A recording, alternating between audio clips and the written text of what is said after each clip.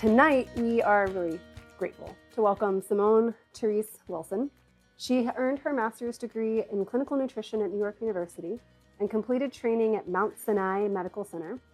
She is certified in plant-based nutrition and has completed Monash University's low FODMAP training, allowing her to provide unique support to those facing GI concerns. She is passionate about providing inclusive, judgment-free, and compassionate care to adults seeking help with gut disorders, women's health, and sustainable weight management. Come on in, you're great. Come and have a seat.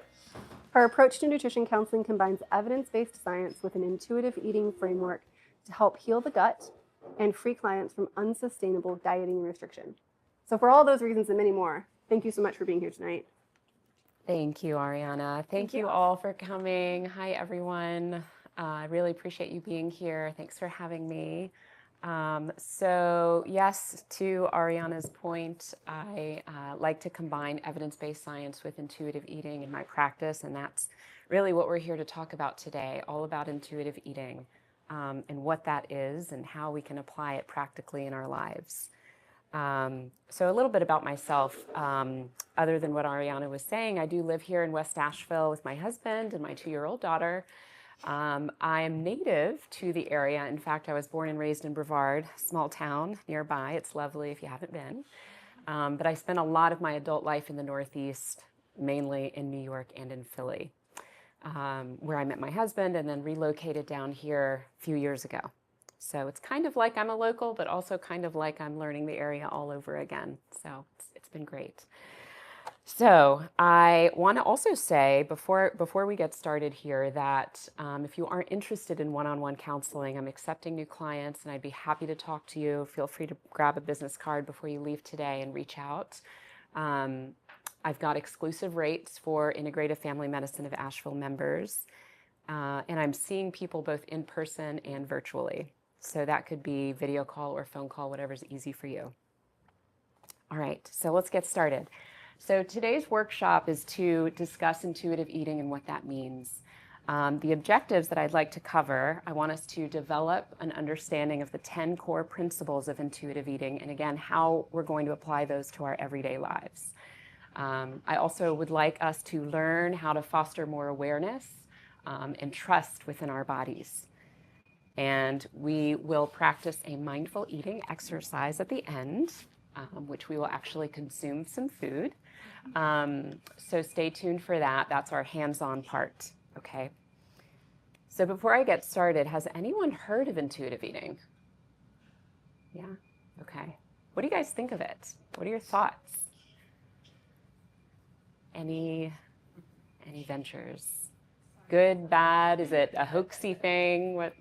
I mean, my gut, not my gut, but it's sarcastic. Like, yeah, intuitively, I really want that, and I think I could have a whole lot of it. And intuitively, I want next. You know, it's not really. Yeah. Yeah. Right. No, absolutely, absolutely. So, what exactly is intuitive eating? Right. This is a concept that has recently gained in popularity over the last few years, which is why we've all heard of it. It was originally published in a book back in 1995 by 2 registered dietitians, Evelyn Tribal and Elise Resch. I keep a copy of this book on my desk at all times because that's how often I refer to it in practice. Literally, it is like my daily Bible. Every single client that I meet with, whether they come to me for weight loss or something else, I recommend this book. I didn't write it. I have no monetary gain if you buy it, if you don't buy it, but it's an excellent resource. So what is it? In a nutshell, it's about making peace with food and learning to retrust your body and reconnect with your body's internal cues so that eventually you don't need a dietitian. Eventually, you don't need to follow the latest trend or popular fad. Eventually, you won't need to look at any guidebook or rule book to make decisions about food, and that you'll start feeling better about yourself. So this process is going to look a little different for everyone because we are all different. We all have different bodies. We also have different medical conditions to consider, right? Whether it's diabetes or high blood pressure, cholesterol. But the overriding points of intuitive eating is really, again, reconnecting with yourself and learning to trust yourself again around food. Okay, so one of the questions, and you touched on this, that I get asked a lot, and it's really the first thing that comes to mind is, great, if I listen to my body, all I would do all day would be to eat chips or eat cookies, right? And that would be that. So how is this going to work? Sounds great, but I don't think I can trust my body, right? Mm-hmm. So listening to your intuition is really hard. This is not an easy thing to do, but it is really worthwhile. And it's difficult, especially if you've been conditioned by diet culture. If perhaps you've been, you had years of yo-yo dieting, you're jumping on one bandwagon for a little while and then you get off and get on another, right? So some of us have no idea how to do it. And in the case of wanting to eat chips or cookies all day, I would say that your intuition likely needs to be recalibrated a bit, okay? Maybe think about how we physically feel after we eat that whole bag of chips. Do you feel bloated? Do you feel a little uneasy? Do you feel maybe even slightly empty because the meal you ate had no protein in it, right? And maybe you feel guilty. Maybe you feel a little shameful. Like, what is the whole picture? So when we really think about listening to our bodies, we're thinking about listening to the before, the during, and the after of when we eat. We're listening to that whole picture to get the message. And this takes time. It does take time. So where do we start? Where do we start? Yes, absolutely. So my name is Carolyn. I'm an eating disorder specialist, but a lot of times when we give full permission, you might eat chips all day for a day or two, but they stop looking good because they become nothing special. Right, right. Absolutely, absolutely. And I should just say, please feel free to interrupt, raise your hand. This is your time just as much as it is my time. So if you have a question, don't be shy. Okay, so where do we start with intuitive eating? There are 10 principles. We're going to go over each one, and then we're going to do the mindful eating exercise, okay? So principle number 1, rejecting diet culture. The word diet carries a lot of negative connotations: restriction, rigidity, limits, don't eat this, stop eating that, eat this instead, this is a superfood, this is going to make you lose 10 pounds in 10 days, here's the magic pill, right? That's diet culture. It also kind of resides within the wellness industry as a whole, which isn't always a positive one. It doesn't always make us feel great about our bodies, right? These associations are frequently linked to fad diets, and those fad diet messages are everywhere.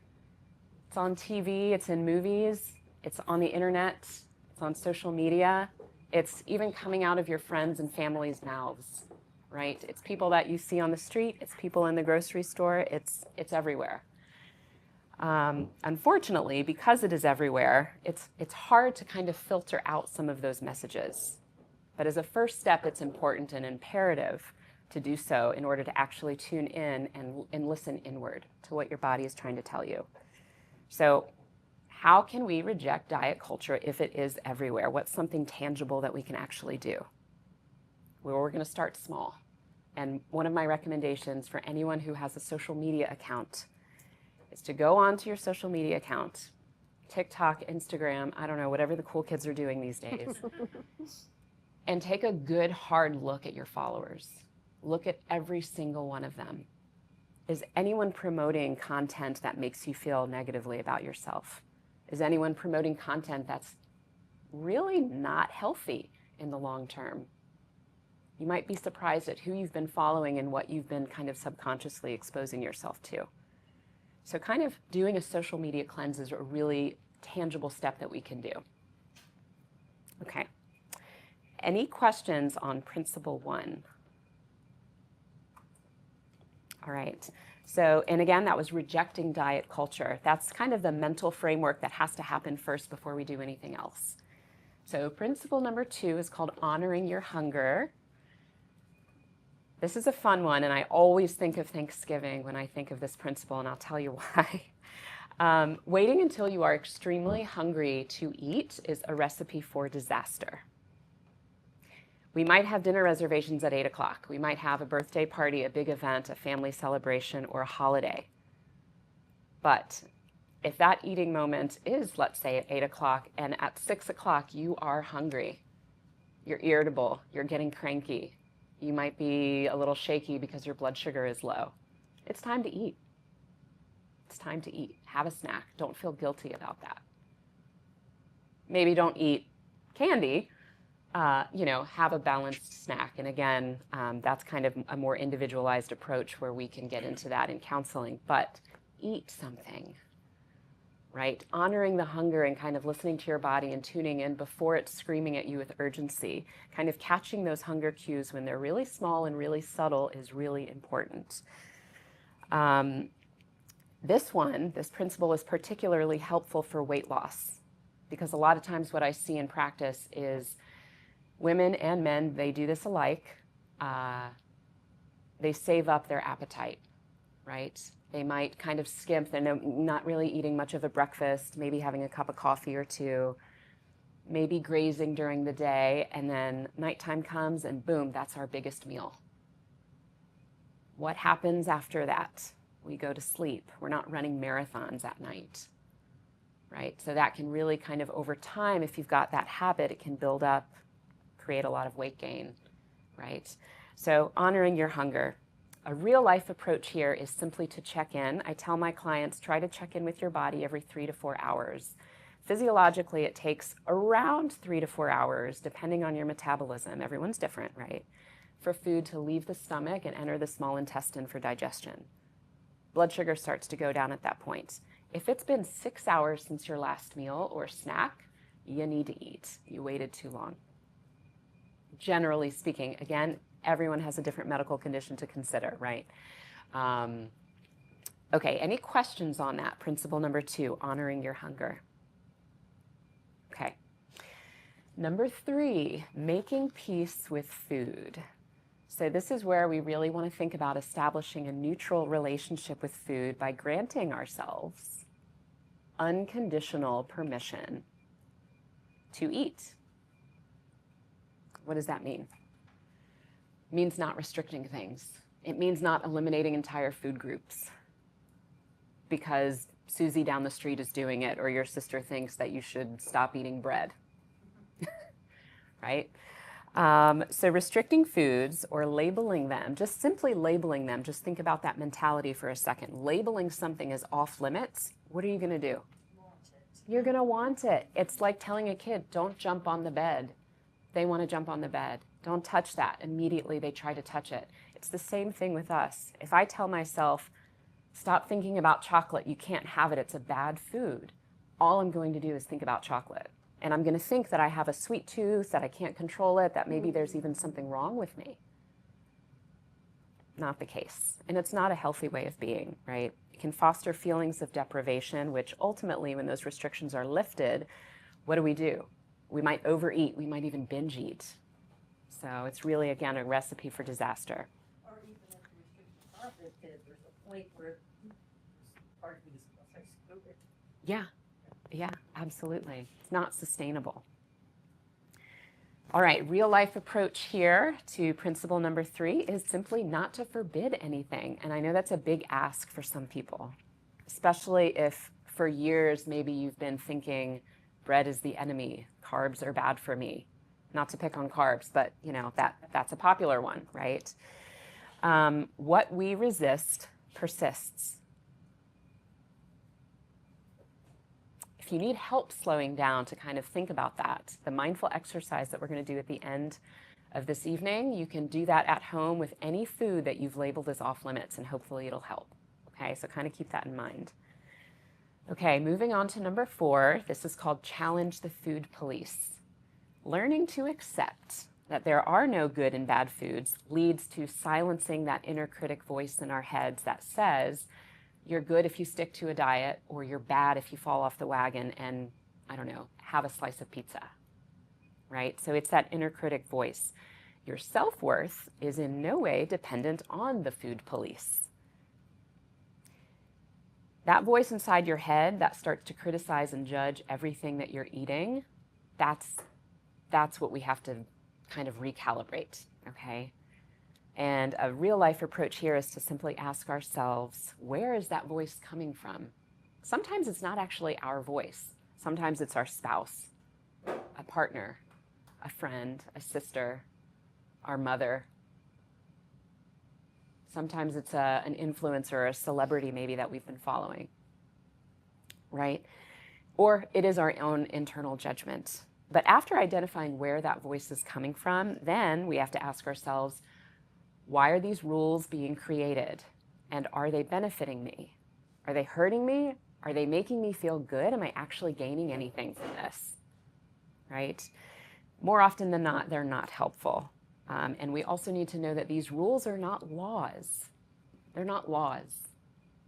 Meaning, if you break a rule, it's not illegal. There's no one going to come out and get you or lock you up, right?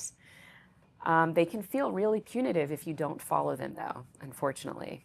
For example, just because you haven't, again, I'll pick on carbs, you haven't had a carb in like 2 years, doesn't mean on Sunday you can't have a donut with your family. Okay, but if you listen to that food police voice, you're going to feel like you broke the law. You're going to feel like you misbehaved, and that's really, really unhelpful. Any questions on principle number 4, challenging that food police, the inner critic voice? Yes? This is also part of 3, but Yeah. okay, so I guess I'm having a hard time with the good and bad.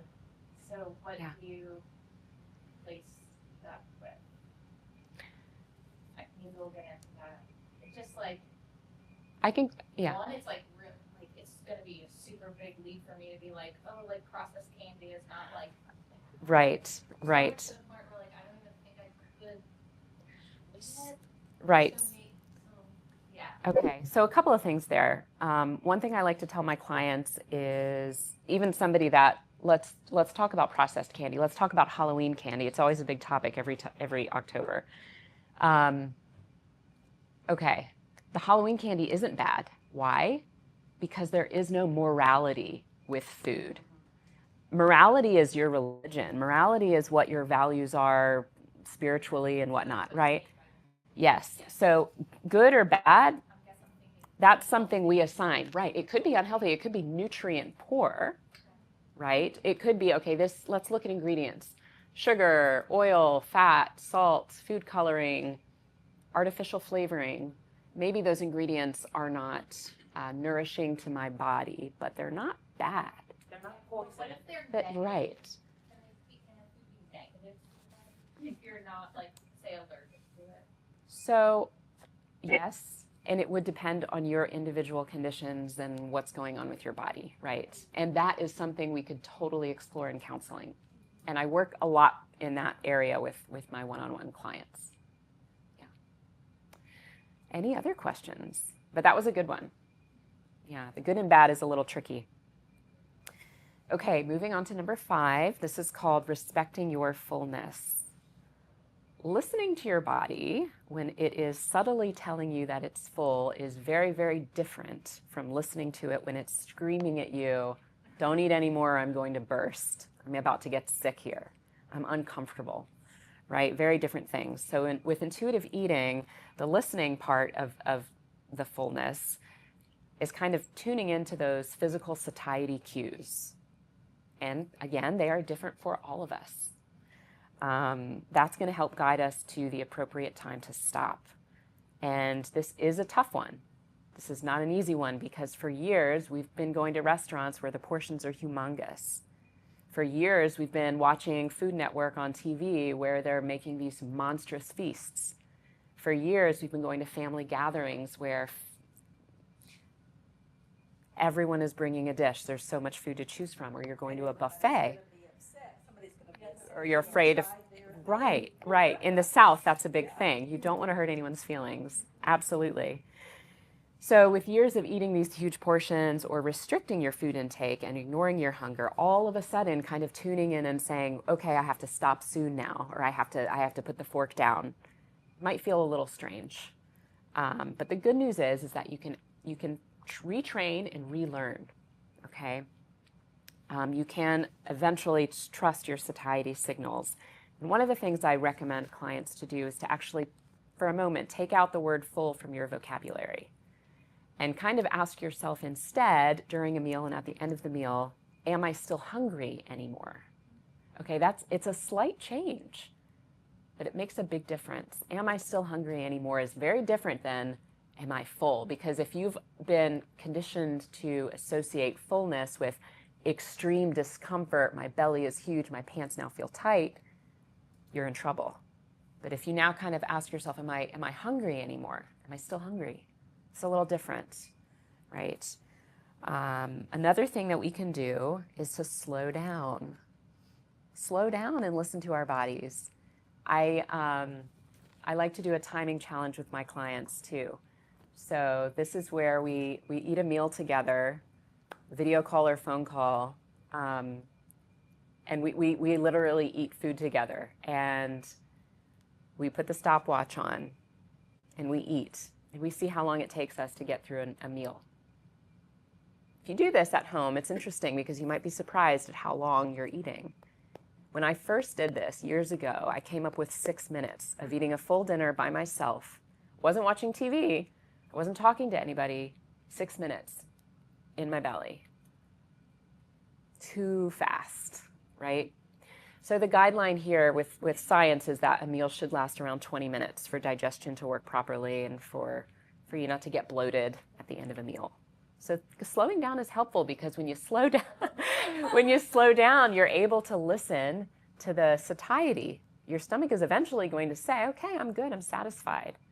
But if you're shoveling food in really, really fast, that's a quiet voice. You're not going to hear it. It's also very difficult if it's what you've always done. Right, right. I grew up in a family where we ate fast. And Yeah. I am done and gone on to something else, and my husband is still.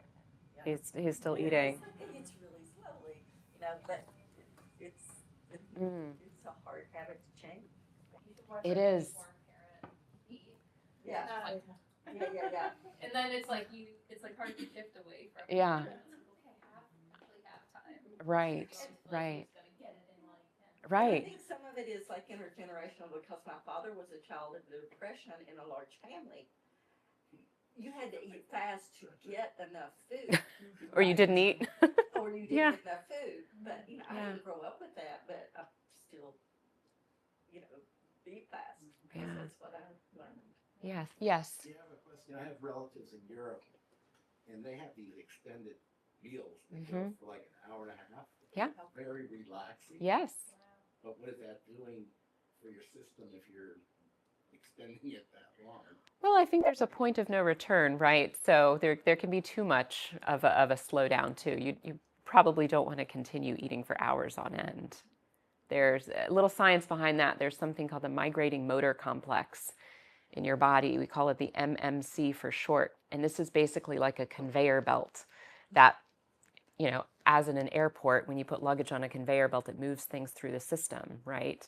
If your stomach has this system in place, well, it doesn't actually activate until you stop eating. So if you're grazing all day long, that MMC is not going to get activated. And what's going to end up happening is your system's going to get backed up. You'll feel bloated. You might get constipated. All kinds of things will happen. You might even have a bacterial overgrowth that develops because things aren't moving through. So endlessly eating your meal is not a great idea either. It's kind of finding a sweet spot that works for you, right? I say 20 minutes, but maybe it's 30 minutes for you. Maybe it's 15 that works for your family. Maybe it is an hour, right? If you're having a leisurely meal and you're having conversation and you're drinking and maybe, that's fine too. But it's going to differ between everyone. Good question. Okay. So respecting your fullness. Oh, another tip here. This wouldn't work for everybody, but you can try simply eating with your non-dominant hand, okay? To kind of force yourself to slow down and break that automatic process just a little bit. Helpful trick. Okay. So that's principle number 5. We'll move on to number 6, which is discover the satisfaction factor. So in the pursuit to be thin and to diet, we often overlook one of the most basic gifts of existence, which is the pleasure and the satisfaction that can be found in the eating experience. So it's not just about what we're eating or how we're eating it, but what's that experience around it? If you can kind of think about some of your most enjoyable memories with food, was it the food itself that meant so much? Or was it the people that you were eating with? Was it the restaurant that was a special fancy place? Was it an outdoor eating experience, right? So really setting the stage for enjoyment is just as important as slowing down and tuning into your body. When you create this experience for yourself, you might find that it takes less food to decide when you've had enough. So that's also helpful with weight management specifically. A real-life approach is to set the stage for every meal. And we kind of think about dinner most often when this is brought up, right? You think of, okay, light some candles and we'll have dinner. Do it at lunchtime. Do it at breakfast. Maybe not the candles, but maybe have a playlist. That's your morning breakfast playlist that you listen to every morning. Maybe there's something at lunchtime that you can do. Maybe it's taking your meal outside, right? Really setting the stage. This mindful eating exercise that we're going to do at the end will also help with this. Okay, any questions on principle number 6, that satisfaction factor? All right, so number 7, this is honoring your feelings without food. So seeking ways to comfort, to nurture, or distract yourself that do not involve food is really, really important. There's an exercise that I love to recommend to clients who are struggling with this one. I call it the toolbox exercise. And if you can kind of imagine what a toolbox is, right? We all probably have one. There's lots of tools in it. You don't just have a hammer in your toolbox. If you only have a hammer in your toolbox, you're only going to be able to fix so many things. You're going to run into trouble. Okay, so now we have a toolbox that's our self-soothing toolbox. If all that's in there, chocolate chip cookies, you're going to run into trouble. But maybe there's some cookies in there. Maybe there's some other stuff too. What else brings you joy? What else feels good? So I ask my clients to make a list, a private list. You're not going to share it with me. You're not going to share it with anybody. It's for you. So however silly and private you want to make it, that's fine. But put on this list everything, small or big, that brings you joy that's not a food. Okay, maybe it's gardening. Maybe it's walking your dog. Maybe it's playing with your grandkids. Maybe it's whatever, dancing around in your house when no one's home. It can be anything, okay? Make the list. Continually add to it when you think of something or discover an activity that's pleasurable. Now, the task is to keeping that list accessible and private. When you feel like you are going to emotionally eat, you've had a bad day at work, or you're tired, you're exhausted, and all you want is a pint of ice cream, go get the list. The objective here is not to force yourself to pick an activity on the list, but to simply remind your brain that you have other options. Hey, okay, I'm reading the list. Oh yeah, Susie always makes me laugh. I haven't talked to her in months. I'm going to pick up the phone. You might still go for the chocolate chip cookie, and that's fine. But over time, if you're doing this with practice and consistency, eventually you will pick something on the list, and that's good. Right? So again, it's not about forcing. It's about increasing that awareness and just reminding your brain you've got other choices. Food actually doesn't solve our emotional problems. It's only a short-term little blip, right? In the long term, it might even make you feel worse. And that's where a lot of disordered eating habits come into play as well. So honoring your feelings without food, really, really important. Okay, principle number 8, respecting your body. This principle calls for respecting our genetic blueprint. What does that mean? Does anyone have any ideas? I would guess it means that we are all born and with genetics that make us into different shapes and sizes. Yeah. Yeah, absolutely.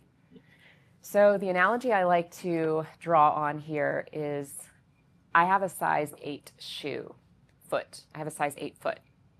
If you were to look in my closet, all of my shoes are pretty much size 8. I don't expect my foot to fit into a size 6 shoe. I don't expect my foot to fit into a size 12 shoe, right? If I were to take it a step further, all the shoes in my closet would be very supportive and very comfortable. That might not be the case, but they're probably all size 8, right? So treating our bodies, we can have this same philosophy and apply it to the rest of our bodies by treating our bodies with dignity and respect. It doesn't mean we have to love everything. I don't love how my hair is really frizzy on days with high humidity. I don't love how my skin feels really saggy after having kids. I feel like I lost all the elastic in my skin.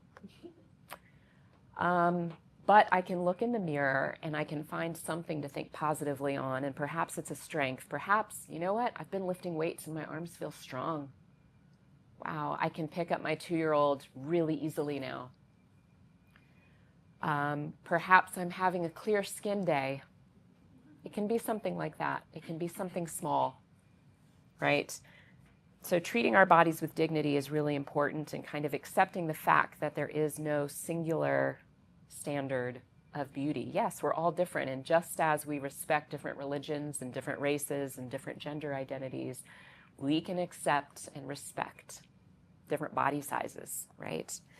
And we simply can't diet our way into a body that wasn't made for us. I look at my husband's side of the family and they're all giants, right? You know, they're all very athletic and very tall and really big boned. And that's fine.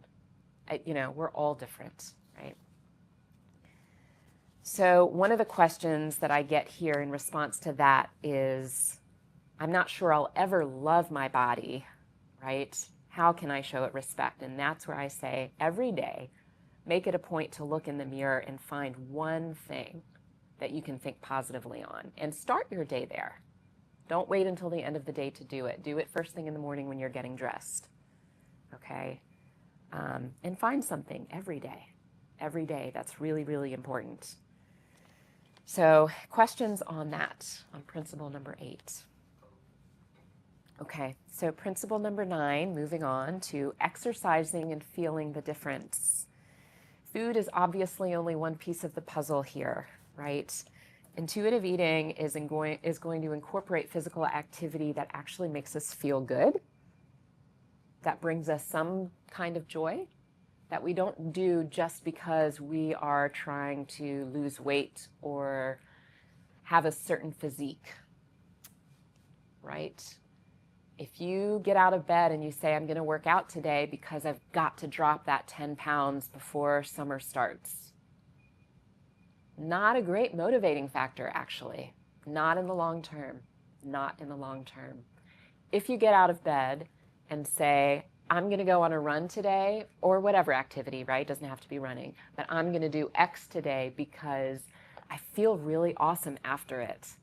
And I love the feeling of blood moving through my veins and my muscles feel great and I'm going to feel strong after. And I feel really good about myself. That's a reason to do it. And I know that's hard to wrap your head around because diet culture and the wellness industry has kind of told us otherwise, that we have to work out to lose weight. And that could be a component. Physical activity is good for your health. But as a motivating factor, it's not complete as far as intuitive eating goes. So shifting our focus to how it feels to move the body rather than the calorie burning effect. And a real life approach here is to ask yourself why. Why are you doing the activity? Why are you going to the gym? If the answer is to lose weight, you're doing the wrong thing. If the answer is because it brings you joy and you actually like doing it, then great. But you don't have to go to the gym. That's not for everybody. I can't tell you how many people have come to me saying, I've got to lose the weight. Tell me what to do. I'll start going to the gym tomorrow. Like, I'll just go. Oh, it sounds like you hate the gym. Why are we talking to ourselves like that, right? Okay, so finding joy in movement, exercising and feeling the difference. Principle number 10. This is the last one, and it's last for a reason. Honoring your health with gentle nutrition. So intuitive eating asks that we first heal our relationship with food and our bodies before we bring on or tackle the topic of nutrition, which can differ for everyone, okay? This is where most of the customized work comes from and exists in my practice because everyone has different health conditions to navigate. But there are a few key things to keep in mind. We need to ask ourselves why we want to be healthy. Do we want to be healthy because we want to be around longer for our kids? Do we want to achieve success in our career? Or is it something else? So understanding that wellness impacts your ability to do the things that you love brings into focus these personal values. And this means eating not just what makes us feel good, like that bag of potato chips, but eating what's going to keep us alive. What's going to keep us healthy the longest. Okay, and in the long term, right? So again, no quick fixes here. Real life approach for integrating principle number 10 into your life is to simply learn the science behind how food and nutrients act in your body. Don't take Instagram as a resource, but learn the science, meet with a dietitian, check out a library book, go to a class and learn something. Learning the facts is really important, and know that one overriding fact, this is a favorite one of mine, is that you will not gain weight.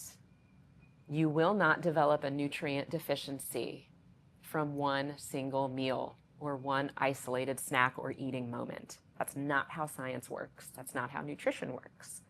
It is the entire context. It is the foundation. It's habits over time, consistency and context that matter, right? Okay, so how are we going to apply all of these principles? Because it's a lot. It's 10 things realistically. I would encourage people to kind of do a 10-day challenge where each and every day you take one principle and you focus on that. And you kind of take note over what's working and what doesn't work, what feels good and what feels awkward. How is it changing my life? Is it improving anything? And see how you feel. This is a bit easier than trying to incorporate all 10 at once, so please don't do that. You might have the motivation to do that today when leaving, but do it one step at a time.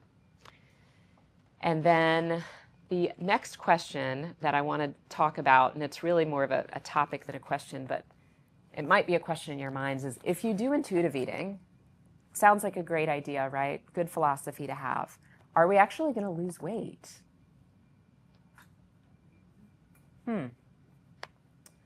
So the point of intuitive eating that I want to remind people about is that it's not actually about weight loss. It's about making peace with food and making peace with your body. Weight loss is part of diet culture. It pushes you and changes your mentality into shame and guilt in a way that being healthy and focusing on your efforts of improving your health and joy around food do not. But do some people lose weight with intuitive eating? Absolutely. Why? Because they stop binge eating. Because they start listening to their fullness and their satiety cues. Because they're increasing the joy in their movement. And they're not falling into these kind of all or nothing patterns of eating. So there are actually many ways in which all of these principles can lead to weight loss, and I've seen it happen. Because you're listening to your internal cues instead of diet culture. Okay? Really, when it comes down to it, your body is going to do what it needs to do if you are truly an intuitive eater. I've seen people even gain weight. The opposite happens sometimes where they've been, conditioned to restrict and restrict and restrict for years and years, and all of a sudden they start eating properly and nourishing their bodies, they might gain a few pounds, but they'll feel better about it, and they won't feel bad about themselves anymore. So I know that can be a tough one to wrap your head around, especially because it's different than the diet mentality that we've all been told. The one that promises us to lose 10 pounds in 10 days. Intuitive eating does not make these kinds of promises, but it does promise that you'll get to know yourself again. You'll get to trust yourself. You won't feel out of control around food, around any food for that matter. And you can live your life without the guilt. And all foods can then kind of mentally be welcome on the table, which is a really beautiful thing. And if you have gained weight from an unhealthy relationship with food, if you become an intuitive eater, there's a great chance that you're going to lose it. So that's what I would say to people who ask about weight loss. Any questions on that? Yes. I'm feeling like 10 kind of conflicts over one. It's like when you talk about nutrition and Yeah. Read the science and Yeah. blah blah blah. But then number one sort of says filter out the messaging, and we know nutrition has shifted so much in our lifetime. This is healthy, now this, now fat, Yeah. bad, now fat. You know what I mean? Absolutely. So are we listening to our body, or are we listening to current nutritional science and what have, you know what I mean? I do know what you mean, and it's tough. I will admit, as a dietitian, I can find myself kind of going down the rabbit hole even on social media after I've done a social media cleanse, and I'll say, what the heck am I even reading at this point? Fact or fiction? It's tough. I would say working with a registered dietitian is helpful because as the eating professionals, we're able to kind of look at something and say that's legitimate research or that's not. A lot of times the studies that you'll see companies put out and say, oh, this is the research behind our product. A lot of times the research is funded by that company. So there's some bias there. So that's one thing that you want to look for. If there is a research article, you can look at the funding source and look at where is that coming from. And I'd be happy to kind of talk to you more one-on-one about that because there's other things that you can look for as well. Absolutely. Okay, yeah. Please continue. What I was going to say is that one of the wisdoms that I've heard that makes a lot of sense is that gentle nutrition tends to be additive rather than subtractive, right? So, and that has to do with gentle nutrition might be oh, I'm going to add more of, for me, it would be fruits and vegetables, for Yes. some people. I think that's a little helpful too, and because the diet mentality really has to do with strictness and restriction. That's if you have a general nutrition information, you know what I mean? You generally know about nutrition. At that point, can you kind of let it go and focus on the intuitive part? I'm just saying, is the intuitive part more important than something that you might Oh, that's tough. I say they're equally important because of your individual medical conditions, right? If you told convince yourself to eat something just because it's healthy for you. I think I would love to talk to you specifically about this and really spend some time. So, yeah, but it's a good point that you're bringing up. Yeah. What's that? Is it okay if I throw out a generalization? Absolutely. From a coaching perspective of working with patients, not from a dietitian perspective. Simone is the expert here about nutrition. I've seen with patients that I'll have somebody who has diabetes or somebody who has food allergies, basic, or who has IBS. And if the general recommendation is that beans are excellent sources of plant-based fiber and protein, but for that individual it causes bloating and gas and a huge IBS flare, then it's contraindicated. If that person is paying more attention to the research that is supposed to be good for them. They're forcing themselves to eat the beans because the beans are good for them. Right. So like, if Right. More, maybe. like, if you don't have that, if you haven't begun to cultivate an intuitive relationship to your body, how do you begin to? And it's not always so extreme as an IBS, right? It might be more subtle. It might just be I don't sleep as well, and I get a little bit more acid reflux, or I just Mhm. for me yogurt doesn't feel good, even though for my best friend, it's like her best food friend. And maybe it's like knowing yourself. Like I tend to override my body a lot. So like for me, it might be like, ooh, scale back from the research and fill your body. Some other people might be looking more from that, but don't know much about nutrition, and they might need to bring that in more. And that's where it gets down to the individual level, but generally, I think that's why the intuitive eating piece is first, because you need that relationship to self to see your patterns. I would agree to that. That's relevant to everyone. Yeah, absolutely. Thank you, Ariana. Yeah. Any other questions or comments? Okay, so that is the core of intuitive. Yes, Ariana. If you have one, I'd be happy to take one. Are we okay on? Oh, we're running a little short on time. Yeah, let's do this because I want to get into that. So thank you all. If you have to leave, feel free to do so. But those of you who are able to stay, we're going to do a mindful eating exercise here and now. So I will invite all of you up to our little snack table where you can pick your poison. Okay, so the idea here is we're going to pick something that is your favorite food, you don't keep in the house because you don't trust yourself around it, or you've overeaten in the past, or you have a sweet tooth and you have a craving for chocolate and that's your vice. Pick something. Put it on a plate and bring it back to the table, and we're going to eat it together. And I'm going to walk you guys through a mindfully way to do that. Don't eat it yet. Yeah, unwrap it. Take a look. That's the first step.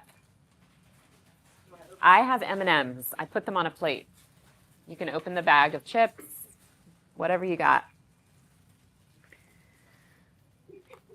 So a story that I'll tell about the M&Ms specifically is many years ago, I had a woman come to me who proclaimed herself as a chocolate addict. M&Ms were her vice. She could not keep them in her house and did not trust herself around them. It was specifically M&Ms. That was her childhood favorite food. Okay. So we did this mindful eating exercise together, and we did it many times. And she did it at home on her own as well as with me. And she discovered that she actually didn't like M&Ms. And why? Because when she slowed down enough to notice things, she changed her tune. I remember her telling me, like, the candy coating got stuck in her teeth, and it was really annoying. She also noticed when she slowed down that the quality of the chocolate was really subpar. It wasn't that great. Yeah, I mean, if you really, really savor these bites and think about what's happening in your mouth, you might not think again about, reaching for that food. Or maybe you're going to think, this is great, I love it still, but I need less of it to feel satisfied. A lot of things can happen here. And again, you can do this exercise with any food at home. You can do it with an entire meal if you want. But if there's something specifically that you feel out of control around, or that you've in the past overeaten, be it ice cream or something savory, do this. So you're going to take one portion of the food. You're going to plate it, and you're going to sit down with it alone. No partners, no TV, no phones. Just you and the plate. Then you're going to look at the food. All right, what do we see? What do we think about when we see this food? Do we think about the last time we had the M&Ms? Do we think about our childhood? Do we think about Halloween? Do we think about the last time we baked a cookie, or the last time we were at a ballpark and had potato chips or something? Do we think this is good? Do we think this is bad? Do you hear that food police voice in your head? Do you feel an inner critic coming on? Okay, I look at this and I see a lot of colors. So I'm thinking also as a dietitian, wow, there's a lot of food dye in there. But I don't know, is that a good thing for me to think about? I don't know. So now you're going to pick one up or take a bite and put it in your mouth. But don't chew it. Let it sit on your tongue for a minute.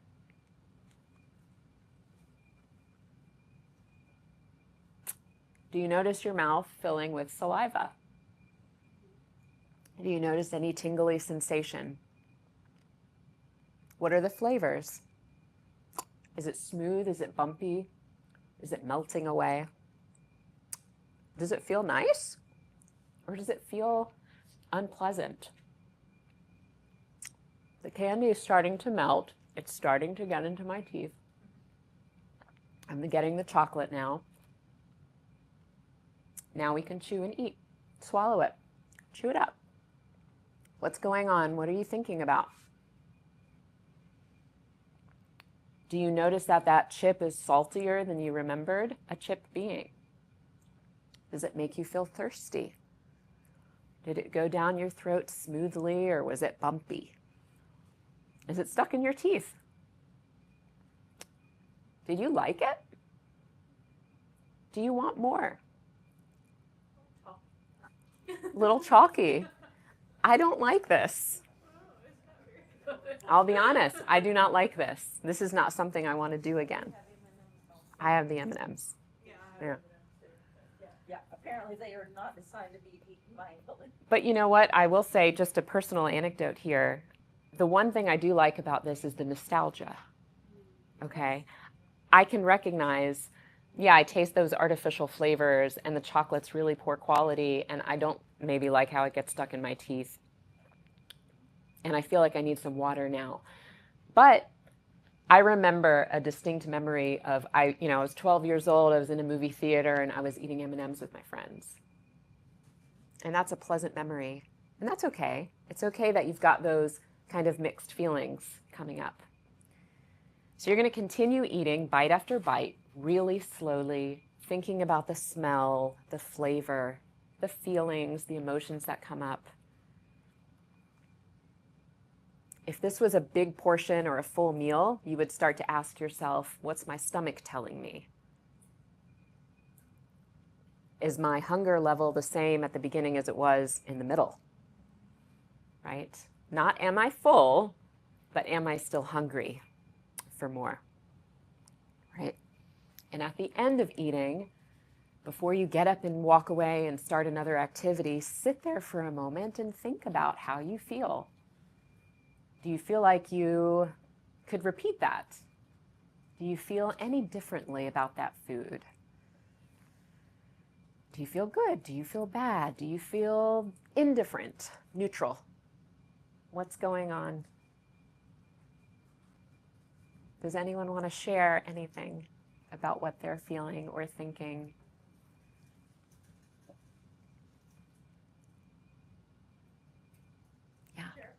I feel so disappointed.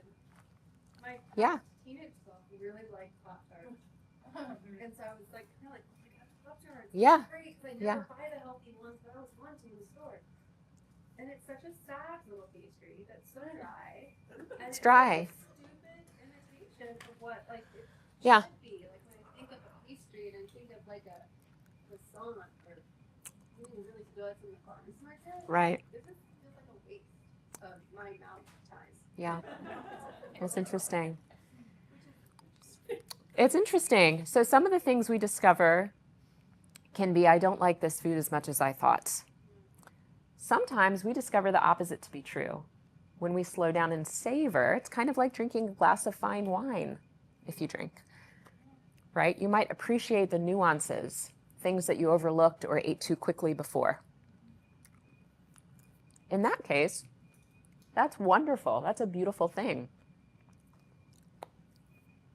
That's great to discover. Eating slowly helps both. It helps you discover things that you like, discover things that you don't like. What is working for you? Do this with all kinds of foods. It's really helpful to just literally slow down and increase that awareness. because you might be surprised at what you can find. Whether or not you're trying to lose weight, this is a helpful resource. We all need to be slowing down a little more. Yeah. I got a piece of chocolate and a peanut butter cup because I counted them as the same thing. And I noticed that I did the peanut butter cup first, and I noticed at the end of that, I really enjoyed it, and I was really satisfied. And I wrapped the other piece of chocolate back up because I didn't really want it. Yeah, and that's okay. Yeah. It's okay. You might find, hey, I want another helping, and that's okay too. That's okay. At the end of the day, it's the guilt that really gets to people sometimes. Like, it's that should or shouldn't voice in your head, right? That inner critic that tells you, I don't need to eat the rest of these M&Ms. But if you're really enjoying them and you're eating mindfully, eat them. Okay, so then you might ask, well, if I did that all day long, I would be really unhealthy and I would gain weight and bad things would happen. Okay, but remember all of the principles of intuitive eating.